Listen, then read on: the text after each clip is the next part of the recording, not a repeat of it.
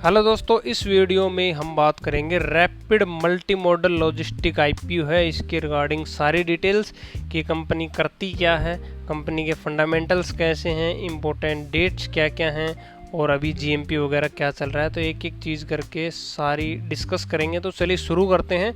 तो rapid multi modal logistic जो company है, तो इसके नाम से क्लियर है कि ये लॉजिस्टिक इंडस्ट्री में है। ठीक है, इसकी डेट्स जो हैं वो 24 अगस्त से 27 अगस्त तक आप इस आईपीओ में अप्लाई कर सकते हैं।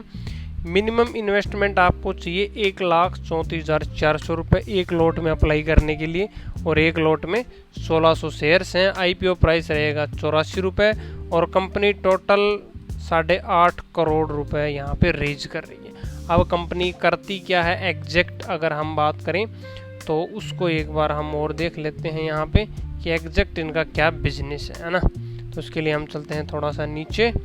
तो ये यहाँ पे हमारे पास आ गया। तो कंपनी क्या करती है, कंपनी लॉजिस्टिक सर्विस प्रोवाइड करती है अपने क्लाइंट्स को। B2B सेक्टर में मेनली ये काम करते हैं, बिजनेस टू बिजनेस ये काम करते हैं। और इनका जो काम है वो जो ट्रांसपोर्ट मोड है इनका, वो रोड से भी होता है, रेल, सी, इन सब से वो बेसिकली अपना जो ट्रांसपोर्टेशन बिजनेस है वो करती है। ठीक है, और 2020 में कंपनी भाई ये स्टार्ट हुई थी।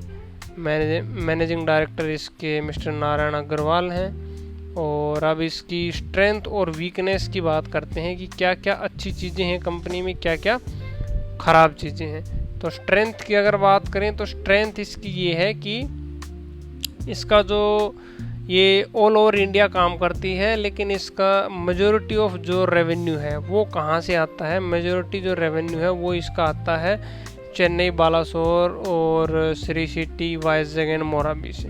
ठीक है, फिर इसके अलावा ये जो ट्रांसपोर्टेशन ऑप्शंस हैं वो इसके पास काफ़ी सारे हैं, रोड से भी, रेल से भी, कोस्टल शिपिंग भी करती है। तो इसमें थोड़ा सा इनको ईजी रहता है। और फंडामेंटल्स तो हम देखेंगे ही है ना। उसके बाद रिस्क की अगर बात करें तो रिस्क में ये है कि इनकी पार्टनरशिप चल रही है कोंकोर के साथ, कंटेनर कॉरपोरेशन ऑफ इंडिया है। तो अगर इसमें कुछ इसको रिन्यू होने में अगर दिक्कत आती है तो कंपनी के बिजनेस पे असर पड़ सकता है। और इनके कुछ लीगल मामले जो हैं वो भी चल रहे हैं। तो अगर इनके अगेंस्ट कुछ डिसीजन आता है तो उसका भी दिक्कत हो सकता है। और 2023 दिसंबर में जो है इनका टोटल कर्जा जो है वो 5 करोड़ के लगभग हो गया था। तो ये भी कहीं ना कहीं थोड़ा सा चिंता वाली बात है। अब अगर बात करें हम यहाँ पे रेवेन्यू की, तो रेवेन्यू अगर देखें 2022 से 23 में तो थोड़ा सा ग्रो हुआ है, बाकी ज़्यादा डेटा इन्होंने अपलोड नहीं कर रखा है। प्रॉफिट की बात करें तो ये भी ग्रो हुआ है 22 से 23 में। और इसके अलावा जो डिटेल्स हैं ये तो हमने डिस्कस कर ली, रेगुलर और HNI वाली। आप देखते हैं अगर इसका जीएमपी देखें, एक और चीज़ है ये BSE पे, बॉम्बे स्टॉक एक्सचेंज पे लिस्टेड हो रही है एक तरीके से। और जीएमपी की एक बार बात करें तो ये है हमारा जीएमपी, यहाँ पे GMP rapid multi modal logistic. तो अभी तक सब्सक्रिप्शन इसका 20 गुना हो चुका है ना।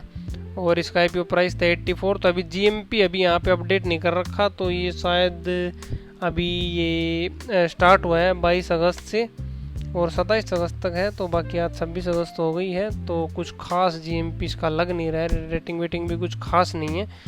तो मेरा तो कोई विचार नहीं है भाई इसमें अप्लाई करने का। और आपका क्या विचार है आप कमेंट सेक्शन में ज़रूर बता सकते हैं। और कोई भी डाउट अगर आपको है तो वो भी आप कमेंट्स में बता सकते हैं। और आईपीओ और शेयर मार्केट से जुड़े ऐसे वीडियोज़ के लिए चैनल को अगर अभी तक सब्सक्राइब नहीं किया है तो ज़रूर सब्सक्राइब करें। तो मिलते हैं अगले वीडियो में एक नई अपडेट के साथ।